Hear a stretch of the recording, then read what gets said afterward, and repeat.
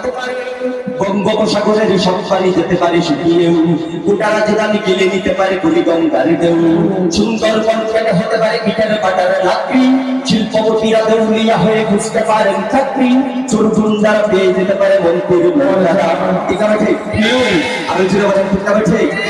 চোর গুন্ডারা পেয়ে যেতে পারে মন্ত্রীর মর্যাদা, আইনের হাতে কালো টাকা সব হয়ে যেতে পারে সারা।